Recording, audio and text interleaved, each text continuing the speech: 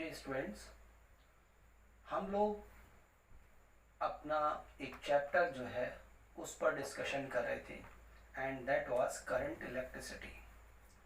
और इस particular chapter के अंदर हम लोगों ने अपने लास्ट लेक्चर में स्टडी किया था about the relation between drift velocity and the electric current flowing through the conductor. Means अगर एक कंडक्टर है, ये आपके पास में कंडक्टर है और इसके टर्मिनल्स के अक्रॉस आपने एक पोटेंशियल डिफरेंस जो है वो अप्लाई किया है, तो इसमें जो आपके कैरियर्स हैं, चार्ज कैरियर मीन्स इलेक्ट्रॉन्स, जब उनका मूवमेंट होता है तो वो एक पर्टिकुलर वेलोसिटी को अटेंड कर लेते हैं। That velocity is called drift velocity. तो उस ड्रिफ्ट वेलोसिटी और जो चार्ज कैरियर्स के मूवमेंट के कारण इस कंडक्टर से जो करंट फ्लो होती है मींस आई, तो उसके बीच में आपने रिलेशन को जो है वो डेराइव किया था। तो ये रिलेशन स्टूडेंट्स क्या थी? I is equal to N E A V D. I जो है वो आपका इस कंडक्टर से जो करंट फ्लो हो रही है उसको रिप्रेजेंट कर रहा है।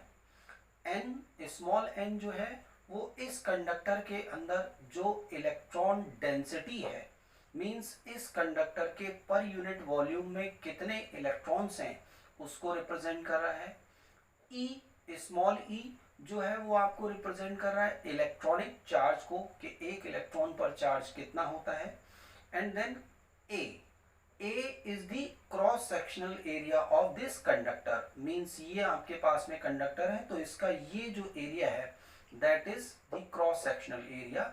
And finally Vd, Vd is the drift velocity of the charge carriers। Means इस कंडक्टर के अंदर जो इलेक्ट्रॉन्स हैं उन इलेक्ट्रॉन्स की जो ड्रिफ्ट वेलोसिटी होगी उसको ये रिप्रेजेंट करता है। मीन्स जब हम इसके टर्मिनल्स के अक्रॉस एक पोटेंशियल अप्लाई करते हैं तो यहाँ पर इसके अंदर एक इलेक्ट्रिक फील्ड इंड्यूस हो जाती है और उस इलेक्ट्रिक फील्ड के कारण जो इलेक्ट्रॉन्स जिस वेलोसिटी को एक्वायर कर लेते हैं that velocity is called the drift velocity।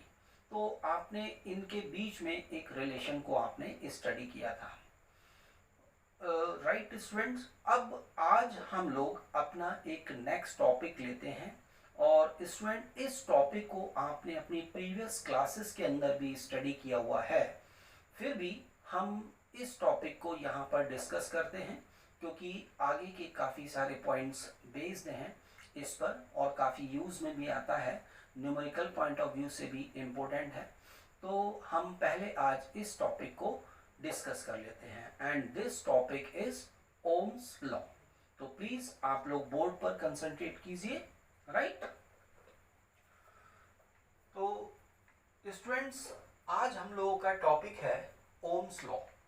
अब ये ओम्स लॉ क्या है, आप लोगों ने जैसे आपने पढ़ा है अपने प्रीवियस क्लासेस के अंदर, इन 1826 में जॉर्ज साइमन ओम जो थे, they established a relation between electric current and the potential difference across the terminals of a conductor. Right, उन्होंने क्या किया कि एक कंडक्टर है, उस कंडक्टर में जो इलेक्ट्रिक करंट फ्लो हो रही है और उस कंडक्टर के टर्मिनल्स के अक्रॉस जो पोटेंशियल डिफरेंस है उसके बीच में एक रिलेशन को उन्होंने क्या इस्टेब्लिश किया था। And he gave a law which is known as Ohm's law, जिसको हम ओम्स लॉ के फॉर्म में हम जानते हैं। क्या है? सपोज ये आपके पास में एक कंडक्टर है, ये आपका एक कंडक्टर है। राइट, इसको मैंने यहाँ पर इस तरीके से ये शो कर दिया, this is a conductor.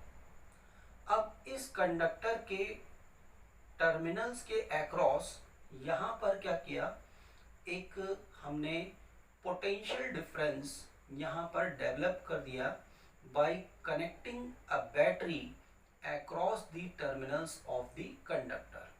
Suppose ये जो बैटरी कनेक्ट है इसका पोटेंशियल है V।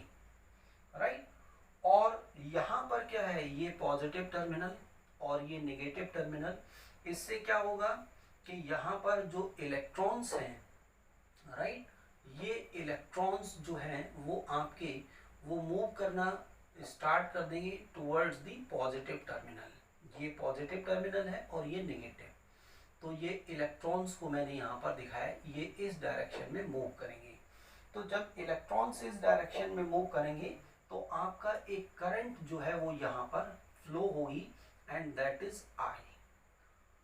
तो यहाँ पर जॉर्ज साइमन ओम ने क्या किया था कि ये जो पोटेंशियल है आपके पास में, potential difference across the terminals of the conductor V, और इस पोटेंशियल डिफरेंस के कारण इस कंडक्टर में जो करंट फ्लो हो रही है आई, इसके बीच में एक रिलेशन को एस्टैब्लिश किया था, राइट, और उसी को हम जानते हैं ओम्स लॉ के फॉर्म में।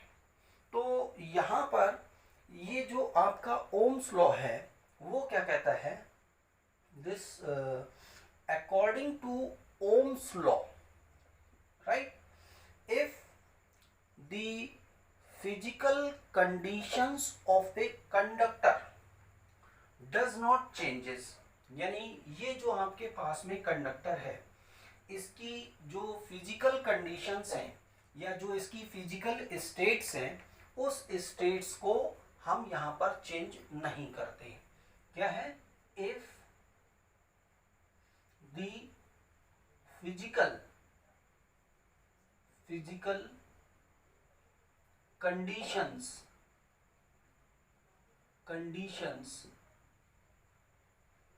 अब स्टूडेंट्स यहाँ पर फिजिकल कंडीशंस का मतलब क्या हुआ, फॉर एग्जाम्पल आप यहाँ कह सकते हैं टेम्परेचर, राइट, ये टेम्परेचर, इस कंडक्टर का टेम्परेचर, ठीक है, इसका प्रेशर, इस पर जो प्रेशर है, pressure, and dimensions,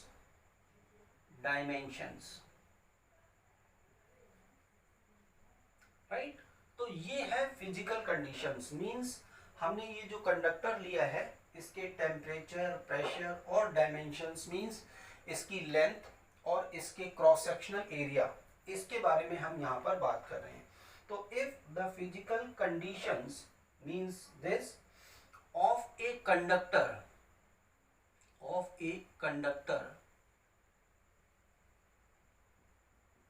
remains unaltered, अगर ये चेंज नहीं होती हैं, परिवर्तित आपके पास में नहीं होती हैं, if the physical conditions of a conductor remains unaltered, then the electric current, then the electric current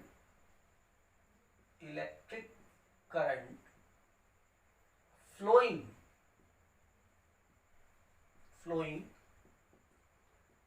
through the conductor,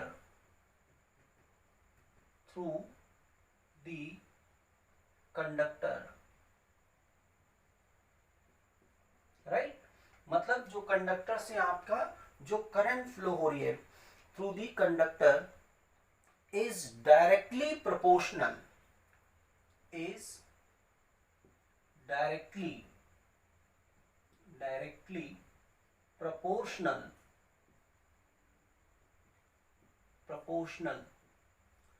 to the potential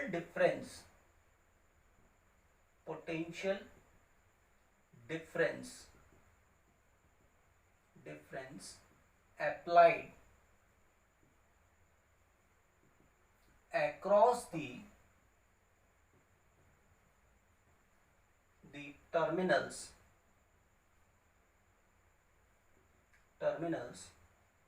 of a conductor,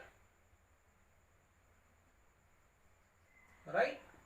तो स्टूडेंट्स आप यहाँ पर इसको ध्यान रखेंगे, ये ओम्स लॉ क्या कहता है, if the physical conditions means temperature, pressure and its dimensions of a conductor remains unaltered, वो चेंज नहीं होती, वो परिवर्तित नहीं होती, वो बदलती नहीं है, देन द इलेक्ट्रिक करंट, जो यहाँ पर करंट फ्लो हो रही है, flowing through the conductor is directly proportional to the potential difference applied across the terminals of a conductor.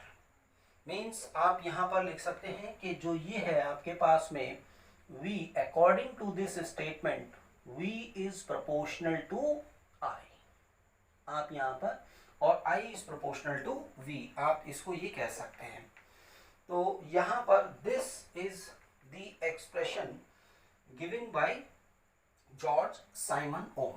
This is known as Ohm's law. तो अब आपके पास में प्रोपोर्शनलिटी का साइन जब हम हटाते हैं तो एक कांस्टेंट हम प्लेस कर देते हैं, तो V इज इक्वल टू क्या हो जाएगा, R I, right, where R is a constant, ये आपके पास में कांस्टेंट है, and is known as the resistance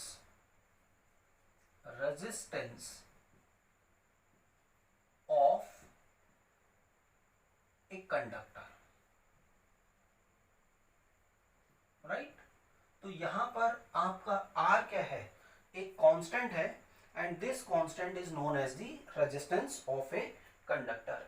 यहां से आप R की वैल्यू भी निकाल सकते हो, R इज इक्वल टू क्या हो जाएगा, this is what, V upon I, right. तो यानी कि जो कंडक्टर के टर्मिनल्स के अक्रॉस जो पोटेंशियल डिफरेंस है और उसके करस्पॉन्डिंग जो करंट फ्लो हो रही है, उनका जो रेशियो है वो आपके पास में क्या होता है, एक कांस्टेंट होता है, and this constant is known as the resistance of the conductor, right? Now from this expression you can see that the unit of the resistance is volt per ampere. The unit of resistance is, V की unit हो गई volt और I की unit हो गई ampere, is volt per ampere, also known as ohm, इसको हम ओम भी बोलते हैं, right. So this is the unit of the resistance. तो स्टूडेंट यहाँ इस पर्टिकुलर एक्सप्रेशन से आप 1 ओम को भी आप डिफाइन कर सकते हो कि 1 ओम क्या होता है, राइट।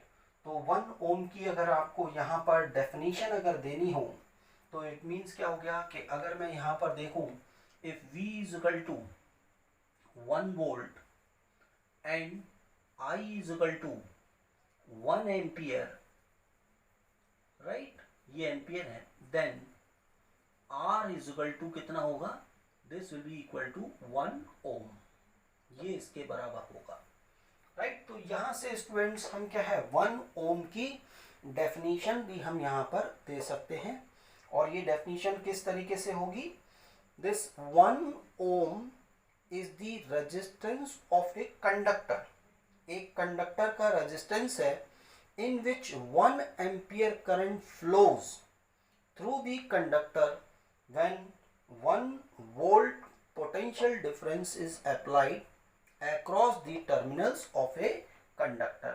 जब आपने किसी कंडक्टर के टर्मिनल्स के अक्रॉस, यानी यहाँ पर ये कंडक्टर है कि इसके टर्मिनल्स के अक्रॉस आपने 1 वोल्ट का पोटेंशियल आपने यहाँ पर लगाया है, पोटेंशियल डिफरेंस प्रोवाइड किया है, और उस 1 वोल्ट के पोटेंशियल डिफरेंस से यहाँ पर जो करंट है वो अगर आपके पास में 1 एम्पियर करंट फ्लो होती है, then the resistance of this conductor is known as 1 ohm, right student. तो ये भी आप यहाँ पर ध्यान में रख सकते हैं। तो यहाँ पर इसके बाद में हम यहाँ पर बात करते हैं जो रेजिस्टेंस है, वो रेजिस्टेंस को अगर हमें डिफाइन करना हो तो रेजिस्टेंस एक्चुअल में है क्या। तो रेजिस्टेंस को जब हम यहाँ डिफाइन करेंगे तो रेजिस्टेंस जो है वो बेसिकली आप यहाँ इसको देख सकते हो कि दिस रेजिस्टेंस आर मीन जिसको हमने नोटेशन प्रोवाइड किया है कैपिटल आर का, this resistance is it is defined as the hindrance, right? मीन्स एक रुकावट है, एक ऑब्स्टेकल है. Resistance is defined as the hindrance provided in the path of the electric current within the conductor. तो कंडक्टर के अंदर करंट के फ्लो होने में जो ऑब्स्टेकल ऑफर किया जाता है, जो हिंड्रेंस प्रोवाइड की जाती है by the conductor, is known as resistance, right.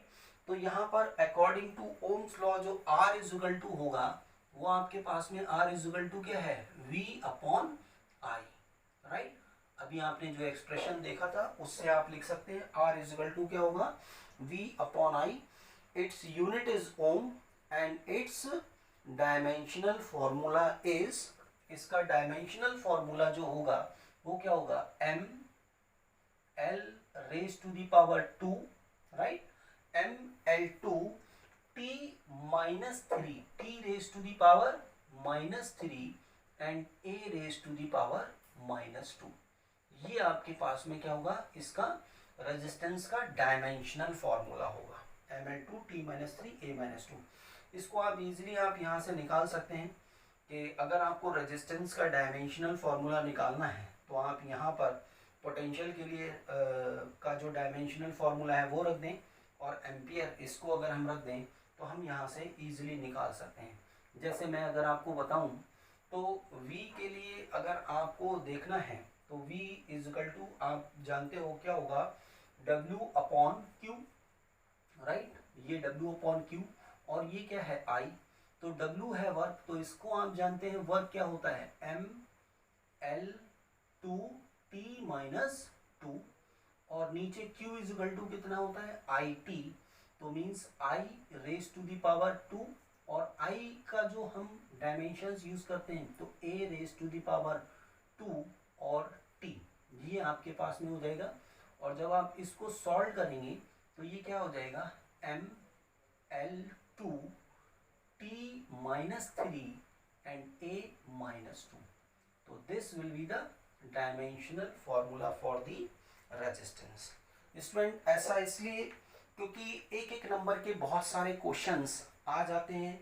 जो आपके बोर्ड एग्जाम्स का पैटर्न है उसमें आप जानते हो कि क्वेश्चन नंबर 1 से लेकर क्वेश्चन नंबर 13 तक एक एक नंबर के क्वेश्चंस होते हैं. उसमें बहुत छोटे छोटे पॉइंट्स जो हैं वो एग्जामिनर आपसे पूछ सकते हैं. तो ये भी हमें याद रखना है क्योंकि पूछ सकता है, तो आप लोग इसको याद रखेंगे, राइट स्टूडेंट्स. तो स्टूडेंट्स ये टॉपिक जो है वो मैं अपना यहीं फिनिश करता हूँ.